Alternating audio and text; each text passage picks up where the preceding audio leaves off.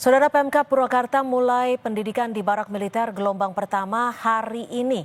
Selengkapnya kita akan bahas bersama Bupati Purwakarta, sudah ada Pak Saipul Bahri bin Zain, serta Ibu Mai Esti Wijayanti, anggota Komisi 10 DPR RI dari fraksi PD Perjuangan.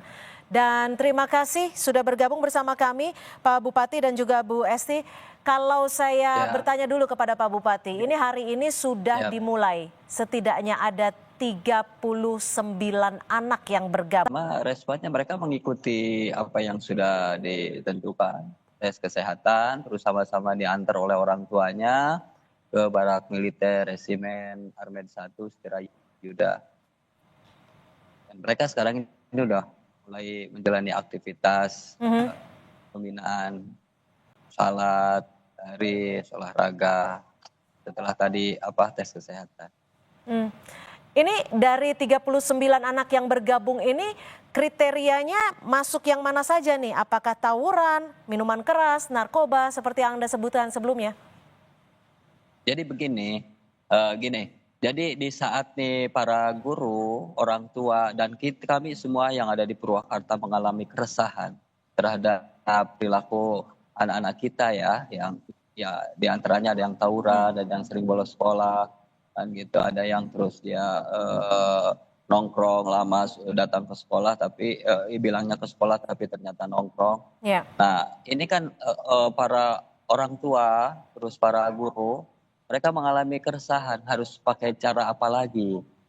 Nah di saat termasuk kami juga mengalami itu, Pak Gubernur Jawa Barat itu mengatakan kalau memang orang tuanya sudah tidak mampu lagi, sudah untuk mengatasi mereka ya titipkan saja ke Barak Militer. Nah ketika Pak Gubernur menyampaikan itu, nah kami merasa lega jadi ada jalan keluar. Sehingga kemudian kami umumkan pada orang tua yang merasa sudah tidak mampu mengurus anaknya, terus mau dititipkan silahkan daftarkan. Dan mereka 39 ini dengan sukarela orang tua itu menitipkan. Dan saya bilang itu akan dititipkan di Barak Militer dan mereka menitipkan semuanya. Saya ke Bu Mai dari Komisi 10 DPR RI. Bu Mai, ini soal pendidikan anak yang akan dilangsungkan atau sudah mulai berlangsung di Barak Militer ini apakah sudah pernah dibahas di Komisi 10?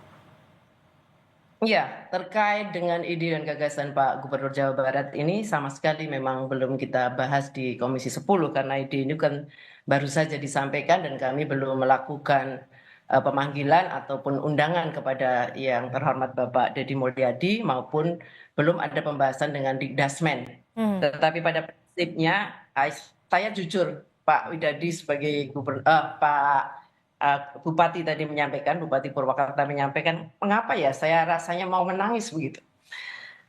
Dari awal ini seolah-olah anak-anak ini sudah mendapat diskriminasi. Dia mempunyai hak-hak yang harus kita berikan kepada mereka. Dia juga dilindungi dengan hak-hak perlindungan anak. Sehingga ide ini saya sangat berharap sebenarnya tunda dulu, lakukan pengkajian secara mendalam. Baru kemudian dieksekusi kalau memang secara kajian itu memungkinkan dan tidak akan berpengaruh besar ke depan.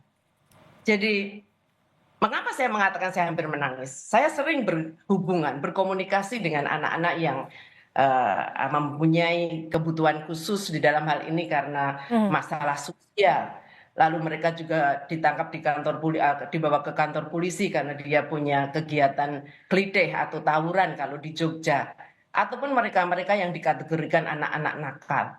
Ketika kami berjumpa, kami bisa memahami, oh anak ini datang dari keluarga secara ekonominya sebenarnya mampu. Tetapi orang tuanya ternyata tidak memberikan waktu yang cukup. Oh anak ini keluarga dari yang single parent. Ternyata dia melakukan kelakuan seperti ini karena perhatian terhadap anak tersebut kurang. Oh ternyata yang ini terhadap lingkungannya atau lingkungannya mendukung untuk dia berbuat sedemikian karena tidak terkontrol oleh orang tua maupun guru.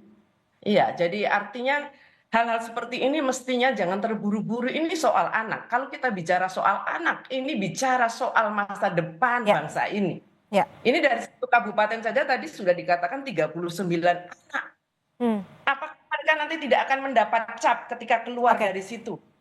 gitu. Hmm, Jadi ya, saya merasa bahwa saya nggak tega ketika kemudian harus mengatakan ini harus begini-begini dengan apa pendidikan secara oke, militer, kami tangkap. barak militer begitu. Pak Saiful, bagaimana Ya, Anda merespon dari kekhawatiran Ibu Mai dan juga kekhawatiran bahwa program ini sejatinya dikaji dulu, ditunda dulu? eh, ini kan bukan pendidikan militer, tapi kita titipkan di barak militer. Nah, kenapa kita titipkan di barak militer? Karena masyarakat percaya, orang tuanya dipercaya. Ketika mereka sudah tidak mampu lagi mengatasi. Coba Ibu bayangkan, ya bayangkan kalau jadi saya di Bupati Purwakarta, tiap hari anak-anak di tawuran, Mhm. saling bacok. Bahkan ada yang kakeknya sendiri yang dia urus nih anaknya karena orang tuanya tidak ada, dari bayi merah dia pergi jam malam pulang pagi, ketika ditegur langsung dibabat habis itu kakeknya. Ibu akan melakukan apa ketika ini terjadi? Ketika para orang tua ini dia sudah merasa tidak mampu lagi ketika dia menegur kemudian anaknya melawan. Satu-satunya jalan mencari lembaga yang terpercaya menurut orang tua siswa itu, ini akan bisa mengatasi. Hmm. Walaupun ya, dan mereka menyerahkan dengan sukarela.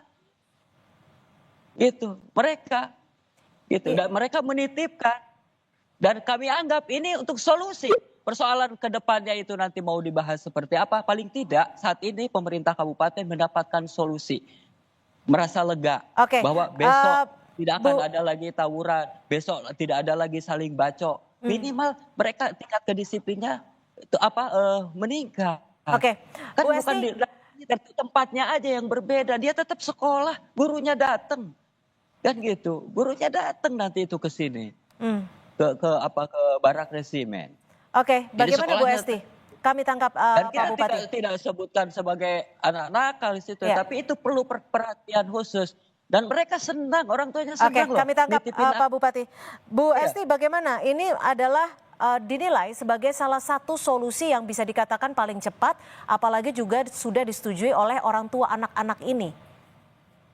Ya, sekarang ini punten Pak Silakan Bu maaf ya, Esti. Bupati, kalau ibu tadi sedih nangis, orang tua siswa ini sudah duluan nangis Bu dari pagi, Pak dari Bupati, kemarin Pak sudah Bupati, duluan. izin. Ya, iya Ibu, Ya ini monggo. juga dulu soalan seperti itu. Ya, Kemudian sekarang saya pun ketika menjadi anggota DPR RI, oh, Bapak Ibu boleh cek. Saya juga cukup dekat dengan orang-orang atau kawan-kawan anak-anak yang mungkin dianggap nakal. Saya beberapa kali ke kantor polisi, beberapa kali harus menyapa mereka. Nah, pertanyaan saya, apakah orang tua paham akibat secara psikologis terhadap anak-anaknya yang dititipkan di dalam pendidikan yang berada di barak militer? ya, Apapun. Tadi Bapak sampaikan ketika terjadi pembacokan pasti bukan di situ tempatnya. Kalau bicara pembacokan itu sudah ada undang-undang tersendiri. Membunuh, kemudian menyakiti, terluka, itu kan sudah Oke, ada undang-undang hukum yang bisa dilakukan, bukan di tempat itu. Artinya di tempat itu mungkin berkelahi yang hmm, tidak sampai kemudian membuat sakit, tidak sampai menghilangkan nyawa. hmm. Kemudian mungkin suka nongkrong, tengah malam tidak belajar, atau mungkin juga Ya. melakukan pembulian terhadap teman-temannya Sebentar, begitu. ya. saya tahan dulu, Ibu Esti.